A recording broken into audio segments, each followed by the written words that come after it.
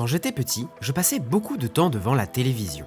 J'avais la chance d'avoir la plupart des chaînes pour enfants payantes, comme Cartoon Network et Disney XD, qui proposaient ce qui est devenu mes programmes préférés. Teen Titans, Pokémon, Phineas et Ferb, ou encore Ben 10, dont on analysera peut-être un jour l'univers. Et je déviais assez peu de ces chaînes. Zapper ailleurs, c'était risqué de rater le début de Bakugan ou de Gumball. Mais il y avait un programme pour lequel je faisais exception. Une seule série pour laquelle j'étais prêt à tout rater. Cette série, c'est Avatar, le dernier maître de l'air. Sorti en 2005 sur Nickelodeon, Avatar le dernier maître de l'air est une série animée créée par Michael Dante DiMartino et Brian Konietzko. L'univers, aux allures de fantasy, est fortement inspiré de diverses cultures asiatiques. L'idée est simple, le monde est divisé en 4 nations, chacune associée à un élément, l'eau, la terre, le feu et l'air. L'équilibre entre ces 4 peuples est assuré par l'Avatar, une entité maîtrisant les 4 éléments et capable de réincarnation. Mais la nation du feu a profité du battement entre 2 cycles d'Avatar pour anéantir le peuple dans lequel il devait se réincarner, à savoir les nomades de l'air. Sans l'Avatar, la Nation du Feu a eu le champ libre pour lancer une guerre de colonisation envers les autres peuples qui a duré plus de 100 ans. L'histoire suit Aang, dernier survivant des nomades de l'air et réincarnation de l'Avatar, qui s'était enfui de chez lui avant l'arrivée de la Nation du Feu et qui s'est retrouvé coincé dans un iceberg. À son réveil, 100 ans plus tard, il découvre l'existence de la guerre et fait tout pour restaurer l'équilibre aidé de ses nouveaux amis. Ça, c'est une photo de moi quand j'avais environ 10 ans. Et ça, c'est une photo de moi à Halloween dernier. Cette série a marqué mon enfance, littéralement. Et si vous me suivez depuis un petit moment, vous savez que j'aime me poser des questions assez poussées sur les univers que je découvre. Et Avatar, le dernier maître de l'air, ne fait pas exception. Comment s'est développé l'art de la maîtrise? Quel est le sens des tatouages en forme de flèche des nomades de l'air? Et pourquoi brille-t-il quand Aang entre dans l'état d'Avatar? Pourquoi les maîtres du feu ont-ils un fétichisme pour les masques? D'où vient le Shirshou? Et les bisons volants pourraient-ils exister? Aujourd'hui, toutes ces questions, je les ai étudiées sérieusement, avec mon regard d'adulte et mes compétences scientifiques et sociologiques. Et je vous propose donc, dans cette vidéo, un portrait aussi fidèle que possible de la civilisation des 4 nations. De sa technologie à son économie, en passant par son système éducatif, son art, sa langue ou encore son architecture. À l'origine, cette vidéo devait être bien plus longue, mais j'ai décidé de la diviser en 2 parties. Celle-ci se penche uniquement sur le côté social et culturel. Une deuxième vidéo sortira d'ici quelques semaines et portera surtout l'aspect nature de ce monde, sa géographie, son climat et surtout la biologie de sa faune. Ce sera une vidéo plus scientifique qui s'intéressera à l'anatomie des bisons volants, du Shirshou, des requins des sables et d'autres créatures du bestiaire d'Avatar. D'ailleurs, à partir de maintenant, je vais arrêter de dire Avatar le dernier maître de l'air. Déjà parce que c'est long, et parce que je pars du principe que vous savez de qui je parle. Donc si je vois le moindre commentaire qui dit « Oh, je pensais qu'il parlait des hommes bleus », et ben je vous mettrai un pouce vers le bas. Et j'en suis capable, alors attention. Pour préparer cette vidéo, j'ai revu la série Avatar, sa suite La Légende de Korra, la plupart des BD et romans dérivés, et au moins 87,8% du wiki. Quant aux œuvres que je n'ai pas pu étudier, je me suis quand même spoilé les éléments principaux liés à la civilisation pour ne rien manquer. Et j'ai même écouté des interviews des créateurs. Bref, si vous n'avez vu que les 2 séries de base, voire même juste Avatar, vous allez en apprendre un paquet. Petit avertissement cependant, cette vidéo n'est pas une critique de la série. Je ne suis pas là pour parler de l'animation ou du storytelling, même si j'aurai un petit mot à la fin sur quelques bonnes idées d'écriture et de chara-design. Je ne vais pas non plus révéler tous les secrets du lore, tous les petits clins d'œil et références à d'autres œuvres. Non, ici on va parler du world building, c'est-à-dire de la construction de l'univers et surtout de sa cohérence. Donc si le voyage vous intéresse, prenez des snacks, installez-vous confortablement dans votre lit ou votre canapé, et embarquez avec moi sur les rives des 4 nations. Le monde d'Avatar se situe sur un supercontinent rappelant la Pangée, entouré de plusieurs îles et archipels. L'histoire de ce monde commence environ 10 000 ans avant les événements d'Avatar. À cette époque, le monde des humains est relié à une dimension parallèle où vivent des esprits. Ceci étant trop dangereux pour les frêles humains, ces derniers vivent reclus dans des villes situées sur le dos de monstres géants, les Tortulions. Ces créatures accordent occasionnellement un pouvoir à certains humains pour se défendre lorsqu'ils partent chasser en dehors de la ville. Un beau jour, un jeune et fringant humain du nom de Wan parvient à entourlouper les Tortulions pour choper tous les pouvoirs et faire une connerie qui fera de lui l'être le plus puissant de l'univers, le tout premier Avatar. Sa première action en tant qu'Avatar, c'est de renvoyer les esprits dans leur monde et sceller l'accès pour les protéger des humains devenus trop forts. Grand prince. Oh, à la classe. Oui, parce qu'entre-temps, d'autres humains suivent l'exemple de Wan et commencent à choper les pouvoirs des Tortulions pour se disperser aux 4 coins du monde. Sauf que eux, ils ont des intentions moins louables que Wan. Et vous l'avez compris, les pouvoirs en question, c'est la base de ce qui deviendra la maîtrise des 4 éléments. Au fil du temps, le continent devient le foyer des maîtres de la Terre, une ethnie pouvant manipuler la roche et se caractérisant par des yeux verts ou noirs et des teintes de peau variant du pâle au hâlé. De nombreux royaumes de maîtres de la Terre émergent et tentent de conquérir tout le continent, mais aucun n'y parvient complètement. En plein milieu de ces luttes, une tribu de nomades s'installe dans des grottes remplies de cristaux lumineux. Ils transforment l'endroit en mine et font le commerce de ces cristaux qui servent principalement d'éclairage. Les siècles passent et cette colonie se transforme en une immense métropole, la ville de Ba Sing Se. C'est dans cette ville qu'un beau jour, tous les royaumes du continent s'unissent pour former une monarchie fédérale héréditaire, le royaume de la Terre. Un roi unique prend la tête de cette nouvelle entité et les anciens royaumes deviennent des provinces avec Ba Sing Se comme capitale. D'ailleurs, fun fact, on sait qu'à l'époque de Korra, il y a eu en tout 54 rois de la Terre. Les maîtres de la Terre, très défavorisés en mer puisqu'éloignés de leur élément, limitent leur conquête au continent. Ils ne parviennent donc pas à s'emparer des îles qui l'entourent, laissant le champ libre à un autre royaume monarchique héréditaire, la Nation du Feu. Située sur un archipel volcanique à l'ouest du continent, cette nation est peuplée de maîtres du feu aux yeux dorés. Comme pour le royaume de la Terre, elle commence par être fragmentée en de nombreux petits états indépendants, jusqu'à ce qu'un grand chef vienne unifier le bordel et devienne le premier seigneur du feu. L'administration est aussi centralisée dans une ville, la capitale de la Nation du Feu. Et c'est vraiment ça son nom, hein, capitale de la Nation du Feu. Et comment on les appelle les habitants? Les Stéphanois? Pendant ce temps, au pôle Nord, un peuple de maîtres de l'eau à la peau plus sombre et aux yeux bleus s'installe sur la banquise. Organisés en tribus, ils sont dirigés par des chefs qui n'ont véritablement d'autorité qu'en période de guerre. Certains fondent une grande ville principale pour unir les différentes tribus, bien que beaucoup d'entre elles préfèrent rester en petits villages éparpillés sur la banquise. Après une période de troubles civils, un groupe de sécessionnistes quitte cette cité et migre vers le pôle Sud, créant une nouvelle colonie. Le monde est vaste, mais apparemment, ils ont tellement kiffé la banquise froide et stérile qu'ils ont décidé de trouver un endroit similaire, mais cette fois-ci au pôle Sud. En chemin, certains s'égarent et finissent dans un marais. Ouais, sombre histoire. La relation entre la tribu du Nord et celle du Sud connaît des hauts et des bas. Finalement, un accord est trouvé. La tribu du Sud reste largement indépendante, mais en cas de crise ou de guerre, elle peut rebasculer sous l'autorité du chef du Nord, comme on le voit dans Avatar. Enfin, pour compléter le tableau, un quatrième peuple, les nomades de l'air, voyage à travers le monde, résidant principalement dans des temples, disséminés aux 4 points cardinaux et cachés dans des reliefs montagneux. Ces nomades sont reconnaissables à leur crâne rasé et leur tatouage en forme de flèche bleue, dont on expliquera la signification plus tard. Contrairement aux autres nations, ils ne sont pas gouvernés par un dirigeant unique, mais par un conseil ecclésiastique composé de doyens, chaque temple ayant le sien. Bien, maintenant qu'on a le tableau général en tête, on va pouvoir s'intéresser à chacune de ces nations. Et pour comprendre celle-ci, on doit d'abord définir le cœur de leur culture, la maîtrise des éléments.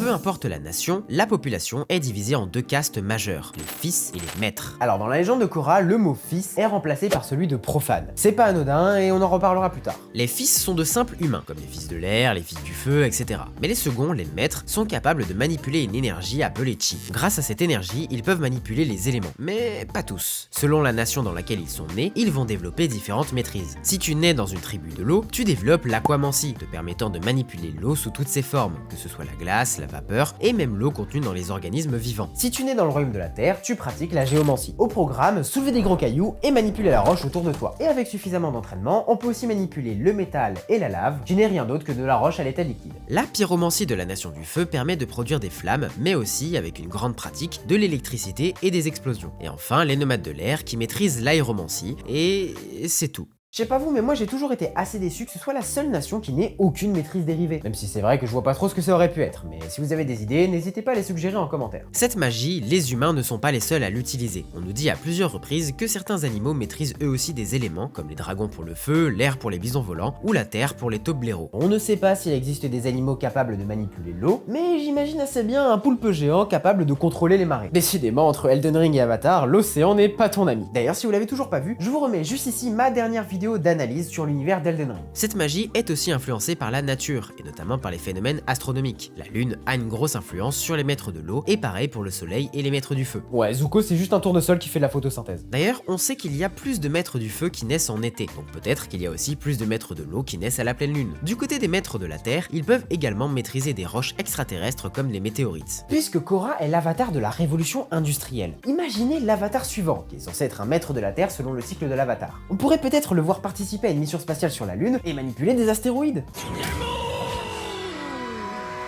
Oh, le scénario de dingue! En résumé, le chi est une énergie présente partout. Elle n'est pas intrinsèquement liée aux humains, et même la faune et la flore peuvent l'exploiter plus ou moins efficacement selon les phénomènes naturels. Mais si cette définition est correcte, ça pose un problème. Pourquoi un maître d'un élément ne peut pas manipuler un autre élément? Bon, je parle pas de l'avatar, hein, mais du commun des mortels. Si le chi est une seule et même énergie, à l'origine de toutes les maîtrises, et que même des animaux peuvent l'utiliser, pourquoi un maître du feu ne pourrait pas apprendre à maîtriser l'eau? Dans un premier temps, je me suis dit que c'était peut-être de la faute des tortulions. On sait que ce sont ces créatures qui ont permis aux humains de maîtriser les éléments. Et chaque tortulion a donné un élément à un groupe d'humains. Mais en vrai, les tortulions ne donnent pas la maîtrise. Ce qu'ils font, c'est qu'ils ouvrent l'accès permettant d'exploiter le chi. En gros, tous les humains ont la même tuyauterie énergétique et les tortulions ne font qu'ouvrir ou fermer les robinets. Wan, le premier avatar, en est la preuve. C'était un simple humain, mais en demandant gentiment à toutes les tortulions, il a pu ouvrir ses 4 petits robinets pour maîtriser les 4 éléments. Ça prouve bien que n'importe quel humain a la possibilité, par nature, de tous les manipuler. D'ailleurs, on sait aussi que l'oncle Hiro a étudié la maîtrise de l'eau. Il n'a bien évidemment pas maîtrisé l'eau en tant que telle, mais en manipulant le chi comme le faisaient les maîtres de l'eau, il a pu découvrir une nouvelle maîtrise, celle de la foudre. Et pour revenir à l'avatar, puisque la réincarnation peut apparaître dans n'importe quelle famille, bah n'importe quel enfant devrait avoir la tuyauterie complète. Oula, sortez pas ça de son contexte, hein, on reste focus. Mais du coup, pourquoi est-ce qu'un maître du feu ne peut pas ouvrir le robinet pour maîtriser la terre, l'air ou l'eau? Eh bien je pense que c'est purement et simplement parce que les habitants sont persuadés qu'ils ne peuvent pas. Ouais, juste un blocage mental. Et la raison de ce blocage, elle est culturelle.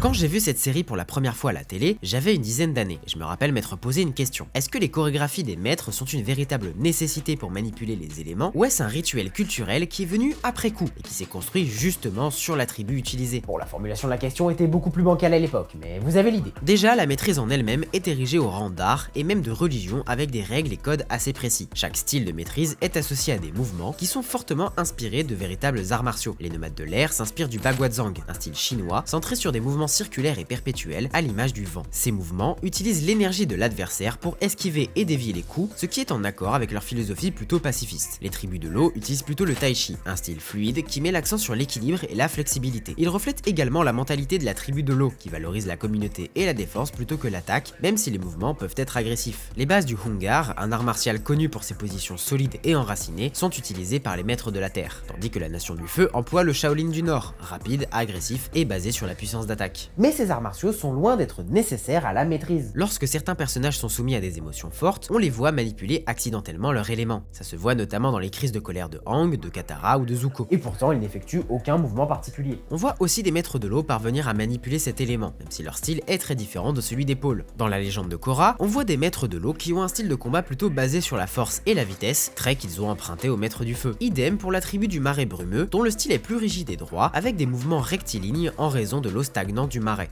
Bref, les arts martiaux qu'on voit dans Avatar et tous les mouvements qui soi-disant permettent de maîtriser l'élément, bah c'est juste une aide, une invention culturelle pour s'entraîner plus facilement. Chaque maître manipule naturellement l'élément sans rien apprendre. Ensuite, dans un deuxième temps, ils apprennent des mouvements et chorégraphies particulières pour discipliner leur corps et peaufiner leur technique. Avec le temps, chaque nation développe sa propre chorégraphie qui devient une de ses caractéristiques culturelles. Et on le voit souvent dans notre monde. Quand deux sociétés ont un truc qui les différencie, bah chacune va amplifier cet aspect pour marquer encore plus leur particularité et leur unicité. Il n'y a qu'à voir les magasins souvenirs de n'importe quelle capitale pour voir qu'un moindre petit truc unique à un peuple devient très vite le centre du tourisme et une fierté nationale. À force, l'impact culturel devient tellement fort que ça crée un blocage. Si tu nais dans un pays appelé la nation du feu, avec des parents maîtres du feu, des amis et professeurs maîtres du feu, et que tous te répètent toute ta vie que si tu maîtrises un élément, ce sera forcément le feu, sans aucune possibilité de dévier, que chaque objet, chaque vêtement, chaque aliment de ta vie quotidienne te rappelle le feu, et qu'en plus c'est très rare de voir des habitants d'autres nations pour prendre exemple, bah quand toi t'actives ton chi, forcément tu te tournes vers le feu, et tu poursuis la tradition. Pire, essayer de maîtriser un autre élément, ça pourrait être perçu comme de l'appropriation culturelle, voire un crime vu la scission entre les pays. D'ailleurs je me dis que ça pourrait être intéressant d'avoir un perso qui se rebelle un peu contre sa société, et découvre qu'il peut manipuler un élément différent de celui de ses parents. Du coup tout le monde le prend pour l'avatar, sauf que bah il y a déjà un avatar, et ça pourrait créer un conflit entre les deux. À méditer.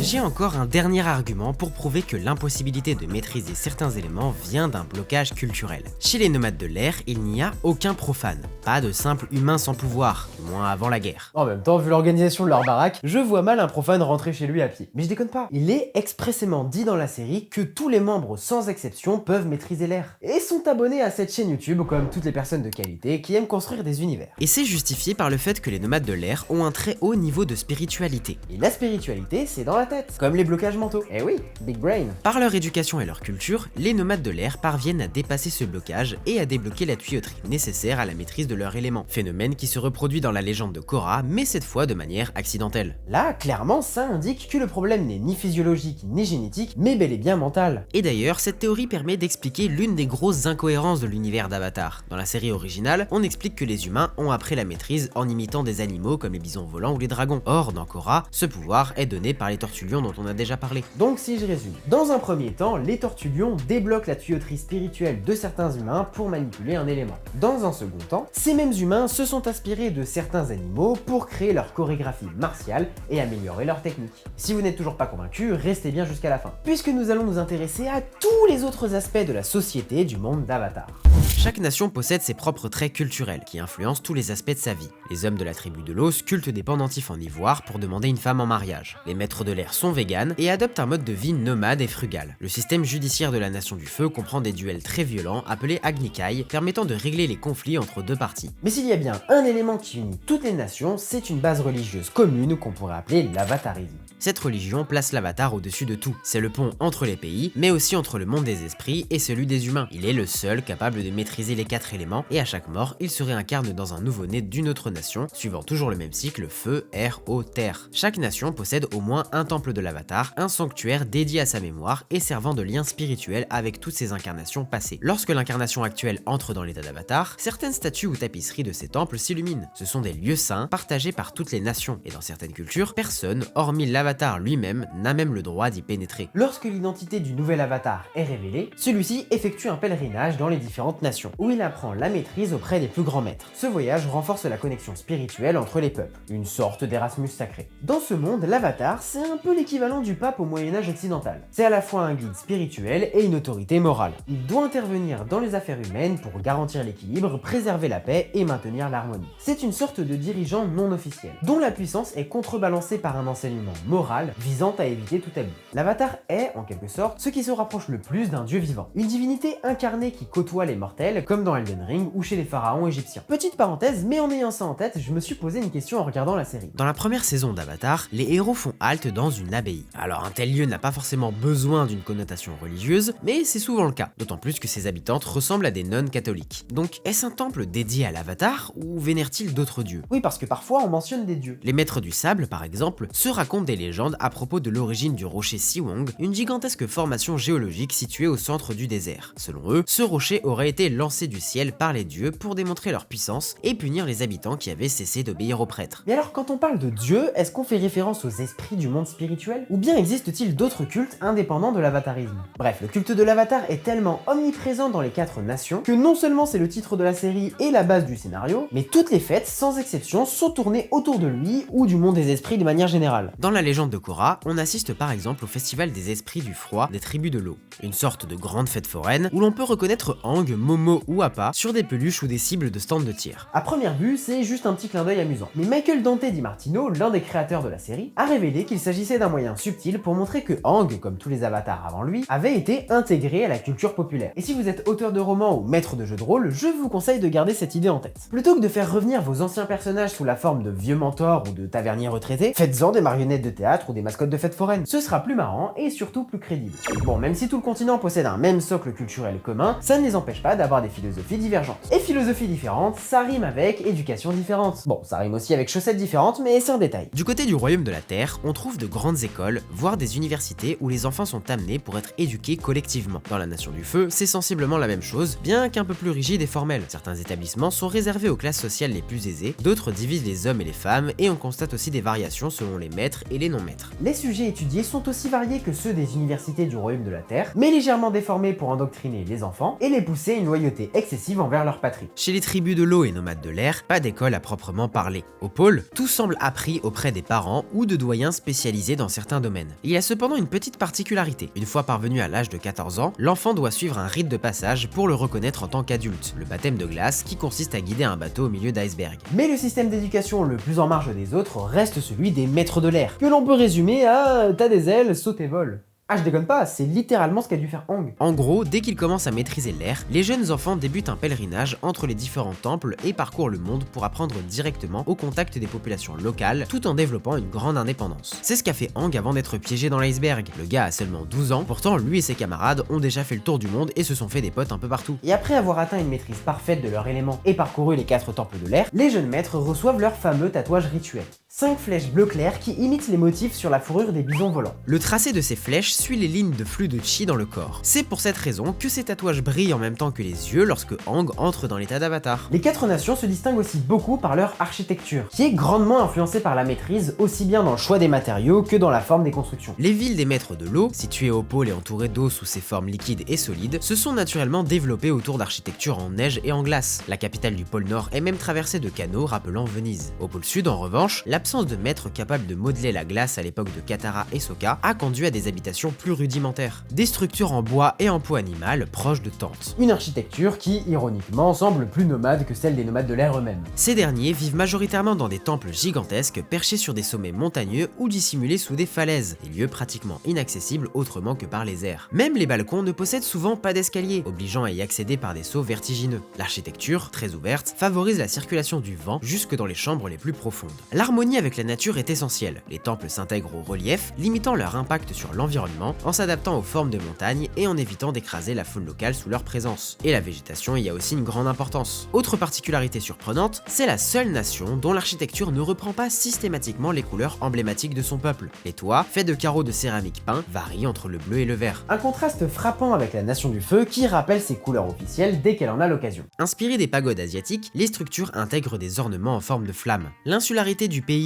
et son relief volcanique accidenté laissent peu d'espace constructible, poussant les bâtiments à s'élever en hauteur pour compenser le manque de terrain stable. Problème que ne connaît pas le royaume de la Terre, dont l'immensité permet aux villes de s'étendre librement, comme Ba Sing Se dont les quartiers s'étalent à perte de vue. Omashu, en revanche, construite sur des collines escarpées, adopte une structure plus verticale et pyramidale. Grâce à la maîtrise de la terre, matériau le plus solide et résistant, l'architecture se veut monumentale. Je rappelle qu'à l'intérieur de la première muraille de Ba Sing Se, il y a quand même des lacs gigantesques et même des montagnes. Et surtout, les lieux interdits au public, comme les palais, les murailles ou les prisons, ne possèdent aucune porte. Seul un maître de la terre peut y pénétrer, ce qui est une sécurité quand même bien pratique. Pour qu'une société soit crédible, il ne faut pas seulement la rendre fonctionnelle, avec le strict minimum pour survivre. Non, ses habitants vont nécessairement développer des loisirs pour se divertir durant leur temps de pause, ou au pire s'évader de leur quotidien déprimant. Ça peut être des jeux, des spectacles, ou l'art de manière générale. Et ces éléments, on les retrouve bien dans Avatar. Déjà, cet univers foisonne de sport. On se rappelle tous du fameux airball des nomades de l'air présenté au début de la série. Et il est aussi fait mention d'un championnat de polo aérien à dos de bison volant. Et dans la légende de Korra, au cœur de Republic City, il y a surtout la Ligue des Maîtres, que je trouve très intéressante. Ce sport a des règles bien précises qui ont été inventées spécialement pour la série, et vous pouvez les retrouver toutes sur le wiki. Mais globalement, 2 équipes de 3 s'affrontent sur un ring hexagonal et doivent renverser leur adversaire à l'aide de leur maîtrise. Le point clé, c'est que pour former une équipe, il faut obligatoirement un maître de chaque élément, la terre, l'eau et le feu. Puisque je le rappelle, des maîtres de l'air, il y en a plus beaucoup. Sauf que certaines équipes portent des noms associés à des lieux appartenant aux 4 nations, laissant supposer qu'il s'agit de la contrée d'origine des joueurs. Sinon, je vois vraiment pas l'intérêt. C'est comme si un club de foot tunisien s'appelait les Ours du Costa Rica. Personne fait ça. Mais du coup, ça veut dire qu'une équipe provenant de la nation du feu doit aller recruter des maîtres d'autres éléments dans les pays voisins. Ou alors la modernisation et l'ouverture qu'on voit à la fin d'Avatar et au début de Korra est encore plus forte qu'on ne le pense, et peut-être qu'il y a des colonies de maîtres de l'eau dans les îles du feu ou des maîtres de la terre au pôle Nord. Personnellement, je pense que les premiers joueurs de la Ligue des Maîtres étaient d'anciens soldats ayant combattu pendant la guerre. C'est assez fréquent qu'après des guerres longues et éreintantes et s'étendant sur plusieurs générations, certains combattants continuent de vouloir s'affronter. Non par véritable désir de combattre, mais plus parce que ils savent pas faire grand chose d'autre en fait. La guerre, c'est toute leur vie. Dans ce genre de cas, ces soldats peuvent s'engager en tant que mercenaires ou rejoindre d'autres fronts comme certaines milices du Moyen-Âge, ou pire devenir des criminels. Mais se reconvertir en champion d'un sport où il faut se castagner, c'est une solution comme une autre. Et ça permet légalement aux anciens soldats de faire ce qu'ils savent faire, d'assouvir leurs pulsions sans que ça se répercute sur la société. Mais revenons à la culture des 4 nations. Outre ces sports assez physiques, on trouve aussi des jeux intellectuels comme le jeu de Paisho qu'affectionne Hiro. En ce qui concerne la musique, chaque nation possède ses propres instruments, comme les flûtes et clochettes des nomades de l'air ou le cor de Tsungi, un instrument à vent originaire de la nation du feu. Pour accompagner ces musiques, des danses ont également vu le jour. Plusieurs styles différents ont été mentionnés au cours de la série et toutes les nations semblent s'y prêter. Toutes ? Non, car une nation peuplée d'irréductibles rabat-joie résiste encore et toujours aux danseurs. Je parle bien sûr de la Nation du Feu, qui a décidé, comme on le découvre dans la saison 3 d'Avatar, d'interdire tout mouvement de danse. La raison n'est pas vraiment expliquée, mais ma théorie c'est qu'il s'agit d'une décision stratégique du Seigneur du Feu. Bah oui, la manipulation d'un élément est fortement associée à des chorégraphies martiales qui ressemblent à une danse. Donc on peut imaginer certains maîtres du feu, comme des rebelles ou des opposants politiques, s'entraîner en cachette et prétendre, s'est découvert, ah non, je maîtrise rien, je dansais. Donc en contrôlant la danse, le Seigneur du Feu s'assure de contrôler la totalité des maîtres sur son territoire, et d'empêcher une potentielle révolte révolte ou coup d'état. C'est peut-être une hypothèse un peu bancale, mais je vois pas vraiment d'autre explication crédible. À moins que le Seigneur du Feu soit juste un irréductible rabat-joie qui ne sait pas danser et qu'il a le seum. Par contre, s'il y a bien un art dans lequel la Nation du Feu excelle, c'est le théâtre. Lorsque Aang et son équipe assistent secrètement à une pièce de théâtre racontant leur propre histoire, ils sont dans la Nation du Feu. Et bien plus tard, dans les comics, il y a une mention d'autres pièces jouées sur l'île d'Ira. Bref, que ce soit dans les séries ou dans les histoires dérivées, chaque fois qu'on voit une pièce de théâtre, c'est produit par la Nation du Feu. Et là j'ai remarqué un truc étrange. La Nation du Feu a un fétichisme avec les masques. Ouais, désolé de ruiner votre enfance. Dans ces pièces de théâtre, il y a des masques qui sont utilisés par les comédiens sur scène, façon Commedia dell'arte. Le masque de l'esprit bleu que porte Zuko dans certains épisodes, c'est hérité de sa mère et de la pièce qu'elle interprétait dans sa jeunesse. Une autre fois où l'on voit des gens porter des masques, c'est dans un épisode où Aang et ses amis assistent à la fête de l'Avatar. À ce moment, ils sont dans le royaume de la Terre, certes, mais dans une région colonisée par la Nation du Feu, qui est d'ailleurs très active dans la ville, et ce sont les colons qui ont organisé la fête. Et pour couronner le tout, ces masques sont aussi présents dans l'uniforme militaire standard de la Nation du Feu. Dans Avatar, chaque armée a son propre style vestimentaire codifié. Les tribus de l'eau utilisent des peintures de guerre noires, gris et blancs qui recouvrent leur visage. Pareil pour les guerrières de Kyoshi avec d'autres couleurs. Le royaume de la Terre, quant à lui, porte des armures et des casques larges et circulaires, probablement pour protéger des chutes de pierre. Et on peut aussi citer les archers Yuyan, qui arborent des tatouages rouges au niveau des yeux. Et les soldats de la Nation du Feu sont reconnaissables par leurs masques qui ressemblent à des crânes. La Nation du Feu, que ce soit dans l'art, dans la fête ou dans la guerre, ils portent des masques. Et j'ai regardé les deux séries en entier en ayant ce truc en tête, et à part Amon dans la saison 1 de Korra, la Nation du Feu est la seule et unique à utiliser des masques. Mais vraiment, chaque fois que vous voyez un personnage qui porte un masque, c'est toujours un membre de la Nation du Feu. Franchement, c'est fou de pousser le worldbuilding jusque-là. Pourtant, la mode et les accessoires vestimentaires sont l'un des éléments les plus poussés et documentés de l'univers d'Avatar. Déjà, chaque nation a son propre style vestimentaire, chacun inspiré du véritable pays asiatique dont il est inspiré. Je vous conseille de chercher sur internet, il y a un paquet de vidéos et d'articles qui décrivent les styles vestimentaires de l'univers d'Avatar. Et encore une fois, l'élément associé à la nation influence fortement la mode de celle-ci, et plus particulièrement la couleur. La Nation du Feu arbore des couleurs noires, rouges et gris cendré avec des ornements dorés. Quant aux maîtres de l'eau, ils préfèrent des fourrures blanches par-dessus des vêtements bleus et blancs. Du côté des maîtres de l'air, on a plutôt de l'orange et du jaune qui rappellent les toges des Dalai Lama et des moines tibétains. D'ailleurs, si les nomades se rasent le crâne, c'est pour une raison. Dans un premier temps, ça donne un sentiment d'humilité, mais surtout, c'est pour mieux sentir les mouvements du vent autour d'eux. Ouais, vous pouvez être jaloux. Et enfin, les habitants du royaume de la Terre portent des couleurs brunes, vertes ou en tout cas ocre. Enfin, pas tout le monde. Les habitants de l'île de Kyoshi, par exemple, portent absolument tous des vêtements bleus, à l'exception des guerrières Kyoshi. Mais attendez, depuis le début de la série, on répète à longueur de temps qu'il n'y a que 4 nations, qu'elles sont toutes séparées, divisées, et que tout tourne autour de ces 4 éléments. Alors pourquoi cette île est différente? Elle appartient au royaume de la Terre, mais porte les couleurs des tribus de l'eau. Et c'est là que je trouve qu'Avatar est un chef-d'œuvre de worldbuilding. L'île de Kyoshi, c'est une île plus ou moins autonome au large du royaume de la Terre. C'est un environnement insulaire, détaché du reste du monde et vivant en autarcie. Ses habitants ont donc développé leurs propres coutumes en parallèle des 4 nations principales, d'où leur style vestimentaire différent du reste du pays. Et ça ne se limite pas à l'île de Kyoshi. Les habitants du village de Makapu portent des motifs de nuages sur leurs vêtements, ce qui, dans la philosophie chinoise,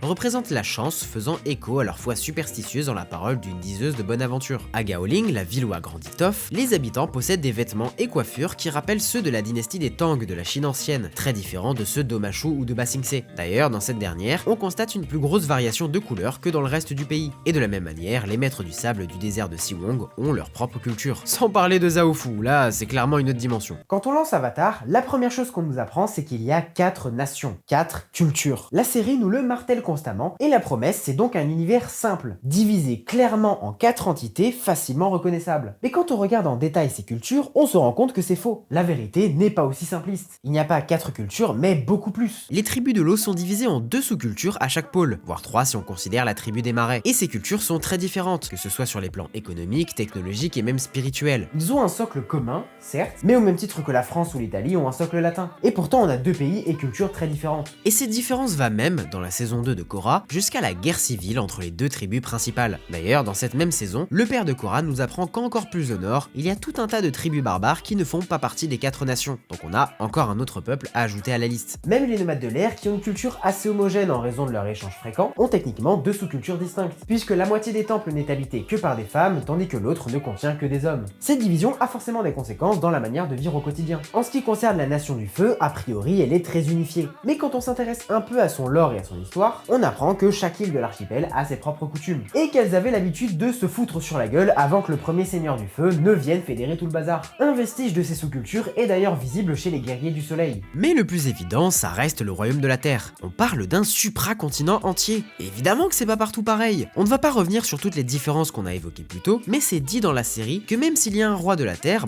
chaque province s'autogère et a son propre souverain qui s'occupe de tout. D'ailleurs, vous êtes probablement passé à côté si vous n'avez vu que les séries, mais il a officiellement existé une 5e nation dans le sud-est du continent, peuplée de pirates issus de toutes les nations et qui formait une puissance autonome. Bref, si le pitch de base nous montre un univers divisé en 4 parties, en réalité le monde d'Avatar est une mosaïque de peuples, avec des sous-cultures distinctes pour chaque nation, chacune possédant son propre style architectural, vestimentaire et sa propre philosophie. Alors c'est très cool mais comment ils font pour se comprendre? Je veux dire, une telle diversité de cultures, étalée sur tout un continent géant et quelques archipels voisins, ça devrait forcément influencer la langue, non? On sait qu'avant l'ère de l'Avatar, c'est-à-dire 10 000 ans avant l'époque d'Aang et de Korra, tous les humains vivaient séparés sur des villes au dos des tortues lions. Donc déjà, de base, ils devraient avoir des langues complètement différentes dès cette époque. Or, Wan, le premier Avatar, les comprend parfaitement. Bon, pourquoi pas, le flashback était peut-être biaisé. Mais depuis, il s'est écoulé 10 000 ans. 10 000 ans au cours desquels les centaines de cités-états se sont développés à travers le monde pour former les 4 nations que l'on connaît. Si j'en crois le théorème de Bibabel,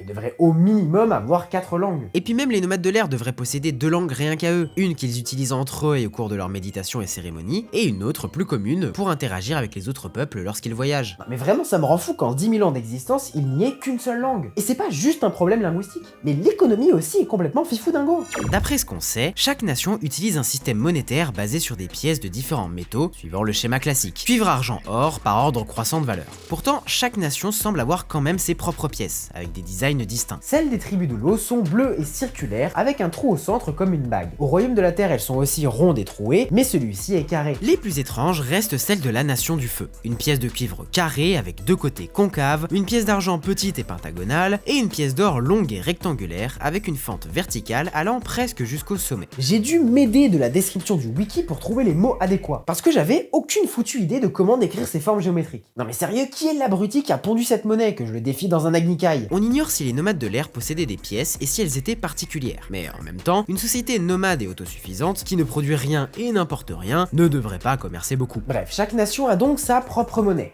Ok, acceptons. Mais du coup, elle ne devrait pas avoir la même valeur, non? Par exemple, les tribus de l'eau ont l'économie la plus faible, donc leur monnaie devrait être moins valorisée que celle du royaume de la terre ou de la nation du feu. Ça ferait sens, non? Sauf que dans la saison 2, Katara paie un marchand du royaume de la terre avec de l'argent de sa tribu. Il remarque que les pièces sont différentes de celles dont il a l'habitude, mais les accepte sans hésiter, en prétextant « Tant que c'est de l'argent.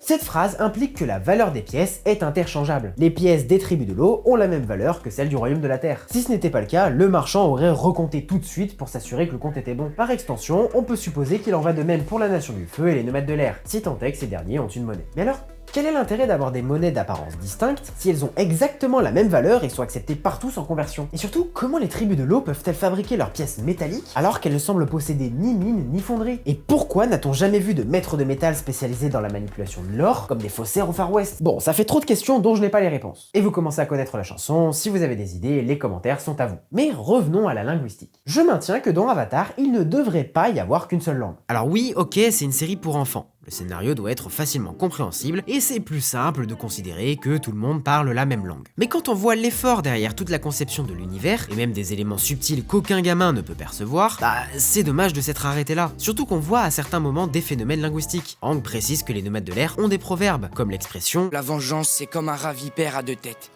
Pendant que tu regardes ton ennemi mourir, tu te fais empoisonner sans t'en douter. » Ok.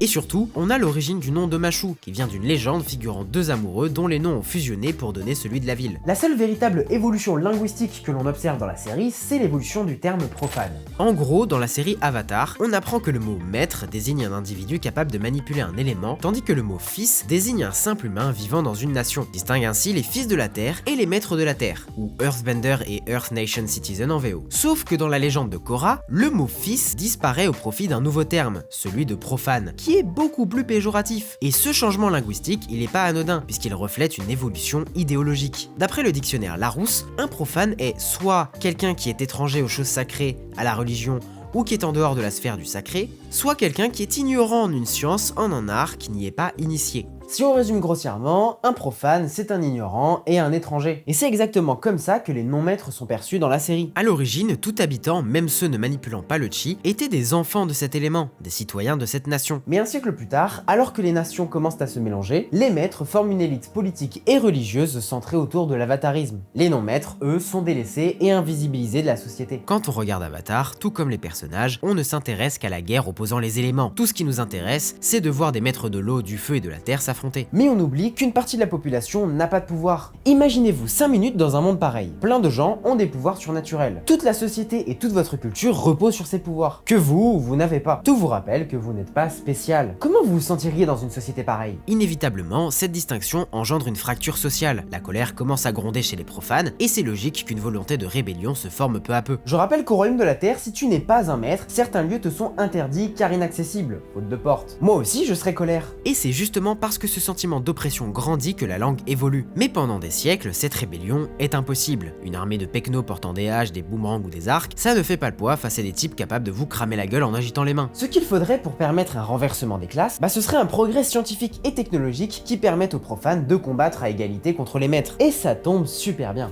Le savoir scientifique dans le monde d'Avatar est assez sommaire et très spécifique. Les phénomènes astrologiques sont bien connus, comme les éclipses, les comètes et les solstices. Et lorsque Toph obtient son bracelet en météorite, les dialogues avec ses amis montrent qu'ils savent que cette pierre vient de l'espace et qu'au-delà de leur planète se trouvent d'autres mondes. En même temps, ces phénomènes astronomiques sont vitaux pour les maîtres, puisqu'ils favorisent ou défavorisent certains éléments. Bon, par contre, faudra leur dire un jour qu'une comète, c'est avant tout de la glace. Et que c'est donc un peu bizarre que leur passage décuple les pouvoirs des maîtres du feu et pas des maîtres de l'eau. L'autre domaine scientifique déjà bien développé avant la guerre, c'est la médecine. Le royaume de la Terre regorge de médecins formés dans les universités de Ba Sing Se ou des autres grandes villes du pays. On y trouve aussi des herboristes capables d'exploiter des propriétés pharmaceutiques de plantes locales, par exemple en fabriquant des onguents et des pommades. D'autres pratiques, comme l'acupuncture, existent et utilisent les connaissances anatomiques pour manipuler le flux de chi du patient grâce à des aiguilles ou des sangsues. Et bien sûr, il y a les capacités de guérison des maîtres de l'eau, qui peuvent utiliser cet élément pour manipuler les fluides corporels et soigner quelques plaies. D'ailleurs, je suis sûr que si la maîtrise du sang n'avait pas été interdite et avait été bien encadrée, elle aurait permis de découvrir de nouvelles compétences médicales impressionnantes. On peut aussi citer l'architecture et l'ingénierie assez poussées, notamment dans les monorails de Ba Sing Se ou le système de livraison d'Omashu, qui fonctionne à la fois grâce à la maîtrise de la terre et par l'exploitation de la gravité. En ce qui concerne la métallurgie, elle est un peu pratiquée par tout le monde, bien que les tribus de l'eau soient les moins avancées. D'ailleurs, faudra qu'on m'explique où ils trouvent leurs matériaux, hein. Pareil pour le bois. On ne voit aucune forêt dans tout le pôle sud, et seulement une ou deux dans le pôle nord, et encore, elles sont sacrées et on n'a pas le droit d'y toucher. Bref, tout ça c'est pas des sciences ultra développées qui permettent de compenser les pouvoirs des maîtres, sauf que tout change après la guerre. Pendant une guerre, la pression exercée pousse à de nouvelles avancées technologiques. Y a qu'à voir notre histoire pour piocher autant d'exemples qu'on le souhaite. Déjà, la Nation du Feu a commencé à exploiter la combustion fossile pour alimenter ses navires et ses tanks.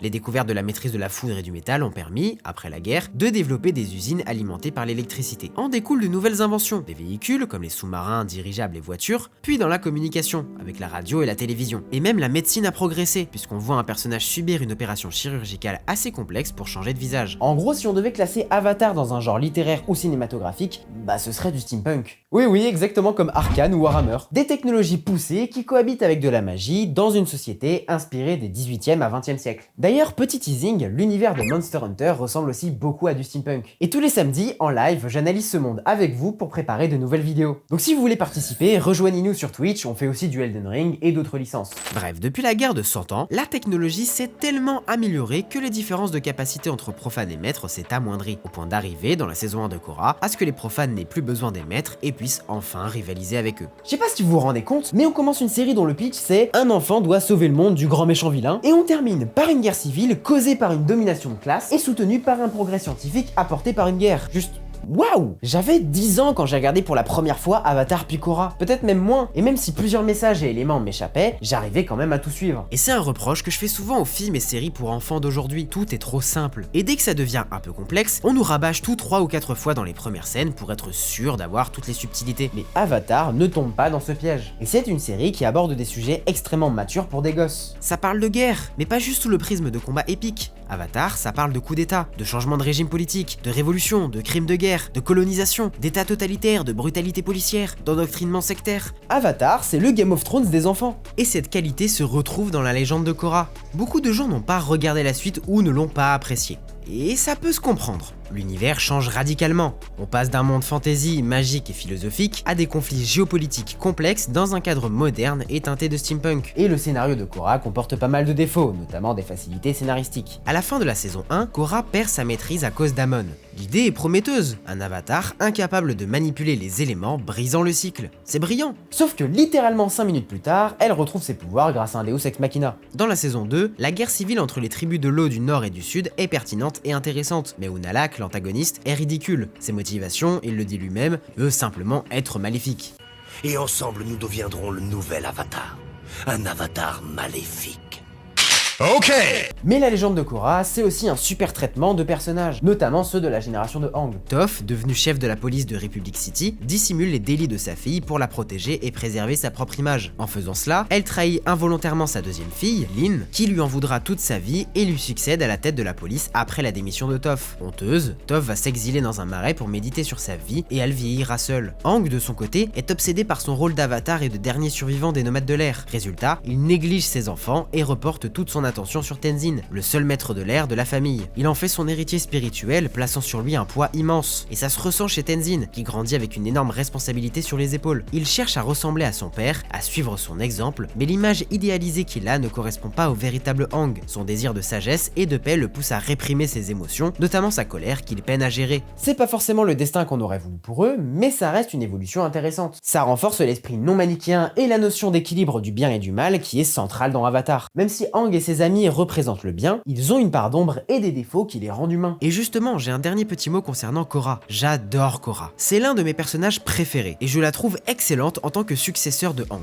Faire une suite à une œuvre populaire et recréer un nouveau protagoniste principal, c'est toujours délicat. Les deux pièges majeurs, c'est soit de créer une copie identique à 80%, soit de créer un stéréotype si éloigné que ça devient hors sujet par rapport au sujet de l'histoire. Et Korra s'en sort super bien, et les parallèles entre Aang et elle sont pertinents. Aang est un pacifiste, toujours en quête de la solution la moins violente. Il est frêle, ne maîtrise d'abord que l'air, mais a une forte connexion avec le monde spirituel. Surtout, il déteste son rôle d'avatar. Il n'a jamais souhaité porter ce titre, et désirait plus que tout une enfance normale, entourée d'amis et loin de tout conflit. Alors, il a fui ses responsabilités et a disparu. Et quand il est revenu, il lui a fallu du temps pour enfin accepter son rôle. Il fait partie des rares héros qui ne veulent pas gagner. Parce que gagner, dans son cas, ça signifie tuer quelqu'un, le Seigneur du Feu. Et c'est contraire à toutes ses convictions personnelles. Korra, elle, est une guerrière, têtue, impulsive, qui frappe avant de poser les questions. Elle excelle dans tous les éléments sauf l'air et n'a qu'une hâte, remplir son rôle d'avatar et agir sur le devant de la scène. Elle a soif de combat, mais elle débute ses aventures dans un monde qui a enfin trouvé la paix. Aang a grandi en parcourant le monde, Korra recluse dans son village natal. Aang est apparu pour mettre fin à une guerre, Korra en déclenche 3 ou 4. Aang commence son périple seul. Korra, elle, est entourée de sa famille, de ses amis et de mentors. Leurs deux parcours commencent de manière radicalement opposée, mais au fil des saisons, tous deux évoluent pour incarner ce qui est censé être l'avatar, un médiateur, garant de l'équilibre et de l'harmonie, par la sagesse et le compromis. Et c'est pour toutes ces raisons qu'Avatar le dernier maître de l'air est, selon moi, un chef-d'œuvre d'écriture et de worldbuilding. Un modèle à étudier pour quiconque veut raconter une grande histoire touchante et pleine de sens. Encore une fois, il y a énormément de choses que je n'ai pas eu le temps d'aborder. Comme je l'ai mentionné, une deuxième vidéo arrivera bientôt. Cette fois axée sur la nature du monde d'Avatar, avec un focus sur sa géographie, son climat et surtout la biologie de sa faune. Pour les questions plus sociales, je les traiterai probablement sous forme de short sur mes réseaux. Alors si ça vous intéresse, n'hésitez pas à me suivre sur Insta, TikTok ou ici sur YouTube pour ne rien rater. Merci infiniment d'avoir regardé cette vidéo jusqu'au bout. J'espère que celle-ci vous a plu et qu'elle vous a permis de découvrir cet univers sous un nouvel angle. Je vous dis à bientôt pour une nouvelle vidéo. D'ici là, prenez soin de vous et surtout, n'oubliez pas... La seule chose capable de nous apporter plus de joie que trouver quelque chose qu'on cherche, c'est découvrir quelque chose qu'on ne cherche justement pas dans un grand marché d'objets d'occasion.